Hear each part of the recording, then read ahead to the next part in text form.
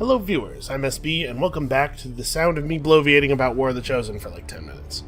So I never did one of these about the base game, so the short version of my feelings on the base game of XCOM 2 is that it's pretty good, although it's a little simpler than I would like. I mean, the actual, the tactical situations are a little simpler than I would like. I would say that my biggest mechanical complaints with the game overall are the very uneven pressure that is exerted on you throughout the campaign, and a sort of a lack of differentiation between your characters, by which I mean that, to a certain extent, it felt like sort of all your rangers were the same, and kind of all of your grenadiers were the same, and there's two things at fault for that, really. Number one is that the abilities really don't, when you get a choice of two abilities at a level up, they really don't differentiate the characters very much. I think the Gunslinger is a great example of this thing done right. Your sharpshooters can be snipers or gunslingers, and a sniper and a gunslinger actually do feel pretty different. You'll move them in different ways, you'll use different abilities with them. But because they're the same class, you can have them kind of lean over and grab stuff from each other's trees, which is cool. You could end up with a handful of sharpshooters, all of whom are meaningfully different and will actually feel different in combat. Whereas with your rangers, generally you're going to take the same abilities at every level. There's a bunch of non-choices in there, like blast padding versus shredder. Gee, I wonder.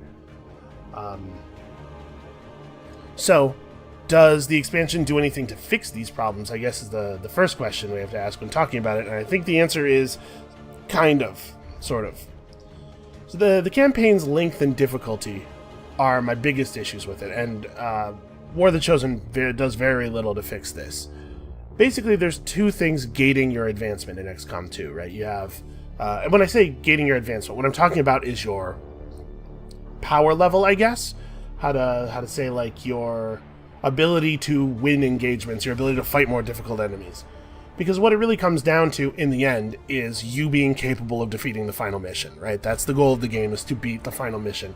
And in order to do that, you have to be able to fight 30 enemies, and at the end of the thing, you have to be able to fight a gatekeeper and 3 mutons and 6 chrysalids and 3 avatars and all this shit at the same time. So the goal of the game is to put yourself in that place where you can beat that thing. So you're gated by experience, because your soldiers need abilities, and research, because your soldiers need equipment, right? You need weapons and utility items and stuff. And all of those things, in addition to the research requirements, have material costs, but the material costs are so much less. They're so insignificant in the face of research, the research gating, that I feel we don't even really need to talk about them. You're never going to get into a situation where it's man, I researched plasma weapons, so there's just no way I can build these, right? It's going to be okay, I got to wait until the next time I hit a supply drop, or the next time a supply train mission comes up, and then we're good. So effectively, you're always gated by research, and I think that's the research thing is the biggest problem with the campaign, because the shadow mode or the shadow chamber researches are mandatory, but also require you to stop doing normal research. So the length of your campaign is always going to be how long it took you to get plasma weapons, to get the best tier of gear and equipment, plus the length of the shadow chamber stuff. And after you've gotten the best tier of gear and equipment, a lot of your advancement falls off. You sort of you hit your peak, and then you just sit there at your peak for another 2 months of in-game time while you're grinding out the shadow chamber stuff. I was very disappointed to see that War of the Chosen didn't change that at all. I really think that the obvious solution here is just to make the shadow chamber thing work at the same time. There's no good reason mechanically for research and normal science research in the shadow chamber to be mutually exclusive. I get what they're going for thematically, diegetically, but it's just, it makes the campaign drag. It's unnecessary, I think. The experience system has a similar problem where in every campaign except this one that I've ever played, you have characters hit Colonel, and then you just have 6, 7, 10 Colonels, and then you're waiting for the damn Shadow Chamber researches to finish. On Legendary, I think it actually balances out a lot better. On Legendary, you are hitting Colonel right as you're getting to the end, or at least I was. And some part of that has to do with with a change that War of the Chosen made in the addition of the resistance ring and all the resistance missions. But basically, I think the research system is a problem, or rather the way the game's end is reliant on the research system, and they didn't fix it, and I'm bummed about that. I'm going to talk about I'm going to talk about mostly things that I don't like about the game, but I don't want anybody to be take home the idea that I didn't like War of the Chosen, or even that I don't like XCOM 2. I think I had a tremendous amount of fun here. I really, really enjoyed the game, but it does drag at the end, right? So the other big problem is the lack of differentiation between characters, and I think that War of the Chosen actually does a really good job fixing that problem. The Advanced Warfare Center from the base game is a good first swing at it. You know, each one of your characters maybe will get like a unique ability, and in that sense they'll be different from everybody else. It's a good start, and I'm really glad to see that they expanded on that kind of thing pretty broadly with the training center and everybody having a bunch of randomly chosen bonus skills that you can buy, and also the team system, or the bond system is fantastic. It's a really good way. Like, even two soldiers who are built completely identically are going to feel different in actual use depending on who their bond partners are. You know, if their bond partners are different, then they'll play differently because of things like spotter and what you have to give up to pass a teamwork point around. And like a person who is teamed with a sniper has a way different feeling than a person who's teamed with a grenadier, because the person who's teamed with the grenadier will often be benefiting from spotter. They'll be super accurate because probably your grenadiers will have holo targeting, because there's no reason not to have holo targeting now, since you can just buy both things at that level. I think that's a really cool system. I do think that the fact that you can buy both things at a level has a chance to make all of your soldiers a little sameier. I don't think there's any reason to have any significant differentiation in the build of your specialist anymore. For example, when there was before, it was a good idea to have some people who are combat hackers and some people who are medical dudes, because those are both useful things, and there used to be several levels where those things were mutually exclusive. Now they're not, and so every one of your specialists just ends up with all of the relevant abilities, or at least that's what happened to us in this campaign. The Chosen themselves, I think they were an attempt to fix the campaign difficulty. So I talked a little bit about the campaign length, but the problem with the campaign difficulty is that the campaign is very, very difficult right at the beginning, where any mistake can wipe a crew, can lose you soldiers, and sometimes even you don't make a mistake and you lose people. It's just like stuff happens. My soldiers have 3 health, and people die. And then the game gets progressively easier and easier and easier and easier as you go on. To the point where you can play the way I played during the last half dozen missions and still make it out just fine. I definitely, I am aware that my play got kind of loose toward the end there. That's my bad.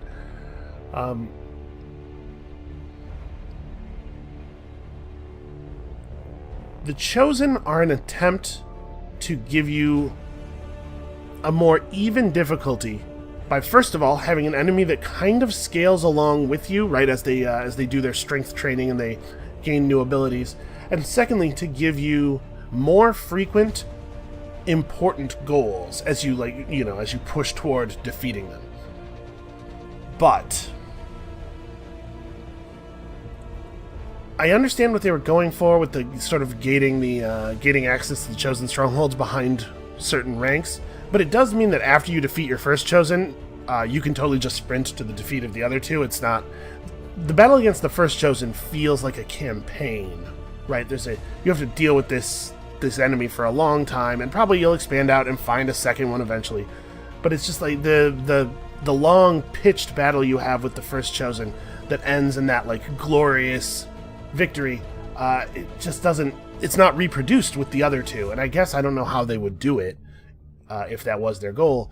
But I was a little disappointed by how like perfunctory it felt taking down the Warlock, right? Like, the Warlock had basically no presence in our game, and I sort of didn't care when he died. That's a bummer. But on the whole, I like the Chosen. I think they're interesting as enemies. I like the fact that they show up and they're like a bundle of ability points for you, because ability points are a cool and fun and valuable resource.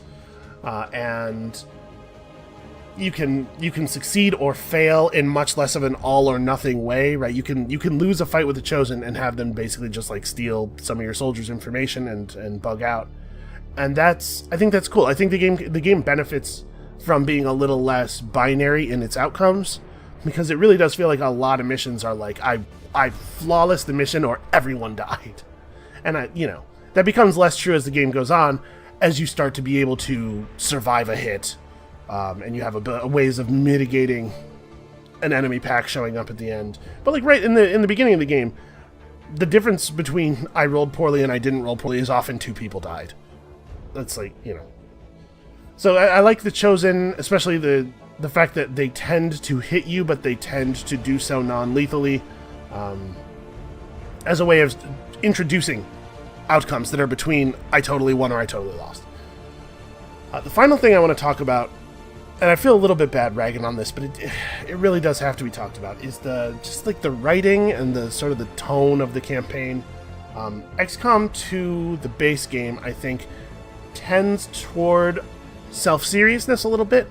It's not to say that there's no funny stuff in there, the Advent burgers and whatnot, but it's trying to present a thing that's like supposed to feel, you can tell they want it to feel cool, they want it to feel like badass, and it's just, they did a bad job of that, if that is indeed their goal. Maybe I'm misreading, but like a lot of the cutscenes are not well written, and the voice acting is very overwrought. I mean, I guess that's not fair. That's not everybody, it's just Bradford.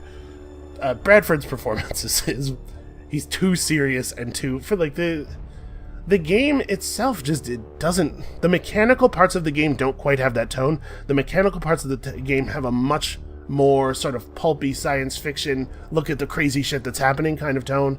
And so I think that the seriousness of the writing and the performances not so great all the time. Again, War of the Chosen's an improvement in this regard, because the Chosen strike a very different tone. And I complained about it at first because it is incongruous. It grinds against the tone of a lot of the rest of the game. But honestly, like, if every part of the game felt the way that it feels every time the hunter is speaking, I think it would be a better experience. Because it is a Saturday morning cartoon. That's what's happening. And we can pretend that it's not. We can talk like it's not in the cutscenes. But as long as the real game is, oops, I blew up the ledge I was standing on and my grenadier fell on top of the aliens, as long as the game is still the thing that the game is, the tone is going to feel bad. So good on the War of the Chosen team for taking a little bit of the seriousness off, but it really does, like, the edges of it grind real bad against the edges of the base content, because they didn't change any of the base content. Like, none of the cutscenes or the plotline or anything are different. Also, we're asked a number of times to accept that everyone in the XCOM universe is basically a huge idiot and can't figure out the very obvious signs of what the alien plan is. Like, sure, the cellular degeneration or whatever that's something that you wouldn't guess, but of course the aliens are abducting the people who go to the gene clinics. They go to the gene clinics and then they don't come back. How did nobody notice this? Anyway.